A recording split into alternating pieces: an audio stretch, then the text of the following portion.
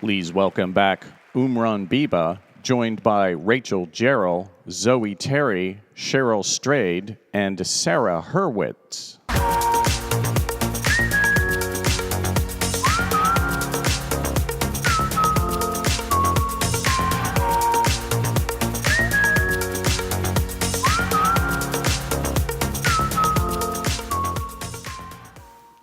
Hi, everyone.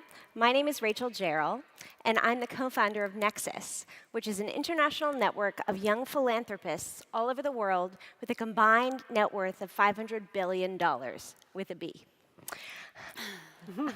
I'm very excited today to introduce you to amazing panelists here who each are using their personal power and their strength to make a difference in the lives of women and girls. I'm going to ask each to introduce themselves and give a little snippet of the work that they do.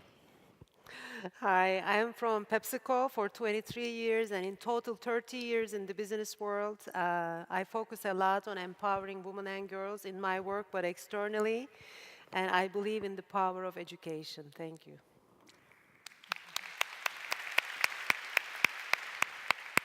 Hello, my name is Zoe Terry. I'm 10 years old and I'm the CEO of Zoe Dolls. And I give brown dolls to brown girls around the year, and I started Zoe Dolls because when I was 5 years old, I was bullied because of the color of my skin. So I wanted to let brown girls know that their image is beautiful no matter what, and I thought dolls would be a great way to show that.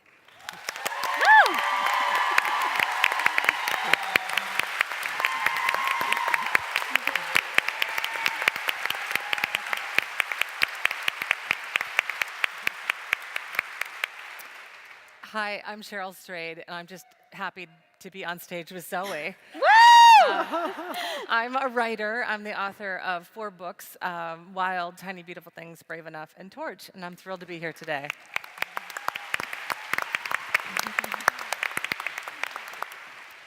I'm Sarah Hurwitz. I served as Michelle Obama's chief speechwriter in the White House and as a senior advisor on the White House Council on Women and Girls. And I'm currently hoping to write a book about Judaism, which is usual next step after 8 years in the White House. And obviously, and if that doesn't work out, I'm going to try to work for Zoe.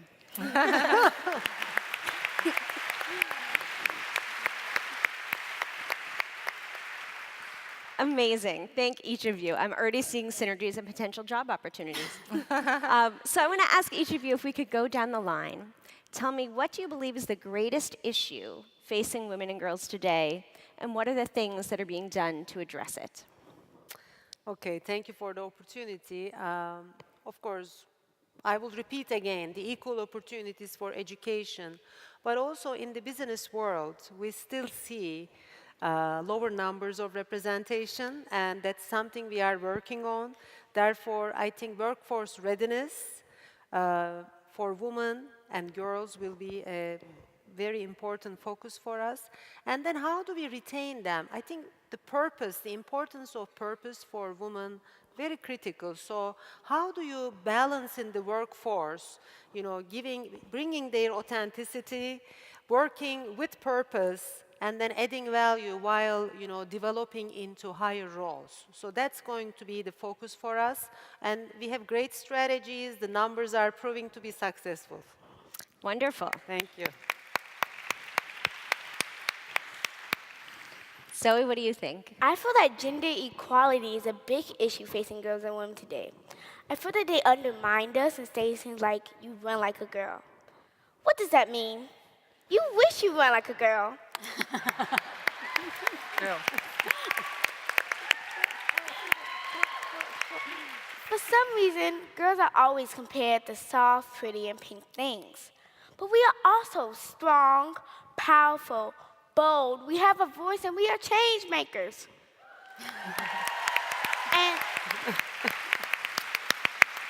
And the biggest thing that we can do to help tackle the issue is just change our mindset. Just change your mindset. All right. Yet again, I'm with Zoe on this.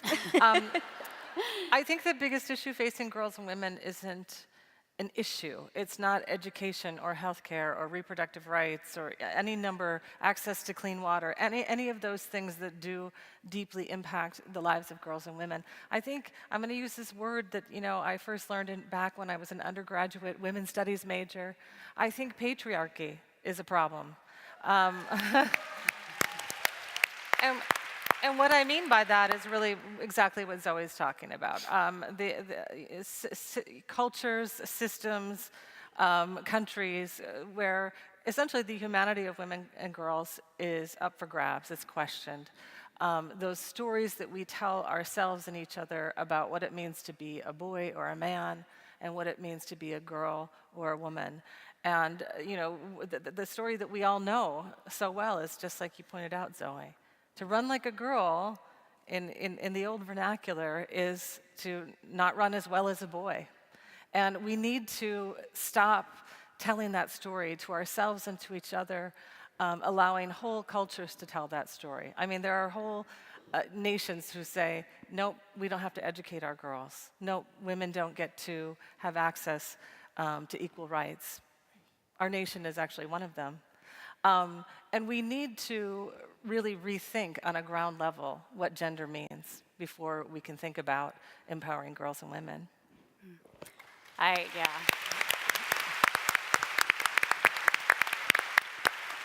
I mean, I agree with everything that's been said. I also think a huge problem for women and girls is how our society is structured.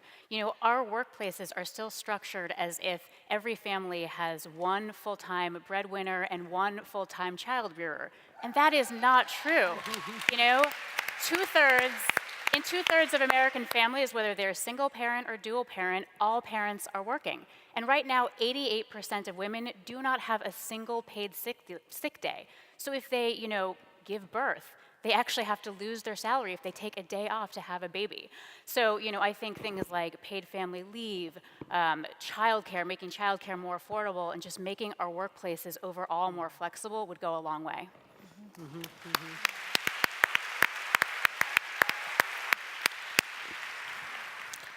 I tell you, I could sit here and talk with these inspiring women forever. But because you all have places to go and people to hear from, we're going to do a rapid fire round, and I'll ask each woman one pressing question. So Imran, what is the #1 lesson you want Zoe's generation to learn from you? I would say, believe in yourself, you have the power, and you can change the world.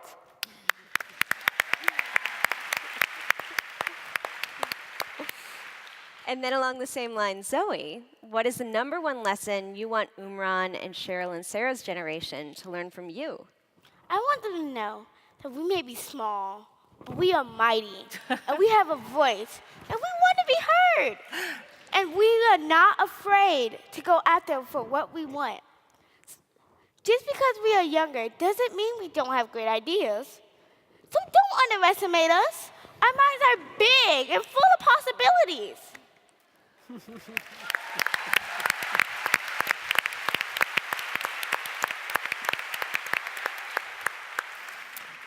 Zoe, I want to say that I think I speak for everyone in this room. None of us are underestimating you. No way. That's not possible. It is true. And Cheryl, many of the people here today have read your books and been inspired and empowered by you and your work. A major lesson that you've taught women and girls is really that idea of self-empowerment. How do you think we can all be better at creating and sharing our own empowered stories? Right. I think that's really key, and it's connected to what I just said about how we really need to change the story that the culture tells us about girls and women and men and boys as well. And that we each have a personal part of that it's our responsibility to really think deeply about, where are ways that we've told ourselves stories that hold us back. I'm not strong enough to do that. I can't do that. That's beyond my capacity or my ability, or I'm too old for that, or I'm too young for that. And I think that, obviously, there are real things. There are real economic barriers to change. There's racism. There are so many problems in the world, so many real things that hold people back. But one thing we also know for certain is that people have always risen above those barriers. They've gone beyond. And I do think that each of us in this room has the capacity to do that. Sometimes it's that small thing. It's that leaving that abusive relationship or that job that isn't serving you, or daring to go to college even though you're 50 years old. And sometimes it's big things, you know, like rewriting the story that women and girls are told about what it means to be a woman or a girl. But we each have an obligation and the capacity to re-narrate those stories.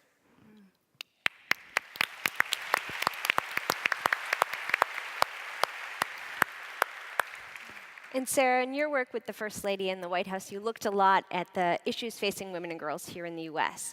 What can you tell us about how those issues are connected to the challenges women and girls face around the world? Yeah, you know, one of Mrs. Obama's biggest issues was global girls' education, the fact that tens of millions of girls worldwide are not in school, often because their families don't have the resources and will educate sons first instead of daughters because boys are thought to be more worthy of an education. And that seems very distant from what we deal with here, but I would give you two examples that actually show how connected it is. Number one, you know, recent studies showing that women are much more likely to be interrupted in the workplace than men, including US senators. You know, so, and you know, what is, I think that says a lot about how women's voices are regarded, something that girls and women internationally are struggling with as well. Also, one of the biggest reasons why girls worldwide are not in school is because of their menstrual cycles. They don't have access to feminine hygiene products, or their schools don't have adequate girls' bathrooms. If you think that's a distant issue, I'd just like to point out that in the US, things like food and clothing and medicine generally aren't subject to a sales tax. They're thought of as necessities. Things like tampons and pads actually are subject to a sales tax in most states. Okay, so this is not a distant issue. This especially hurts low-income women and girls who end up missing work or school right here in the US. So I think there are a lot of connections. Thank you.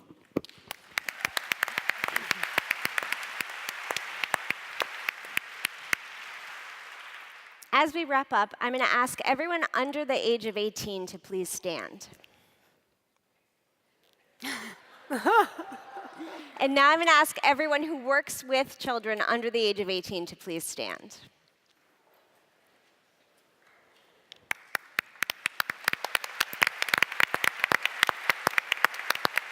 Now I'll ask anyone who has, please stay standing.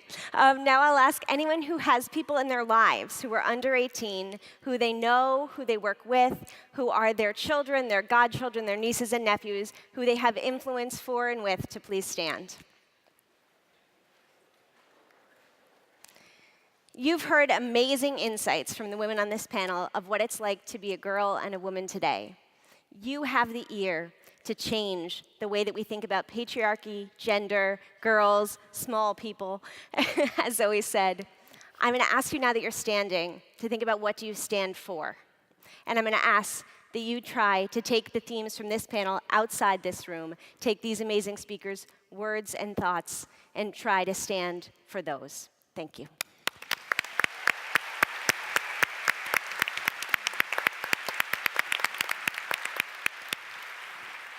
Thank you to our amazing panel, to each of you for sharing your stories, your insight, and I'd like to invite Sarah to come and show a wrap-up for us all.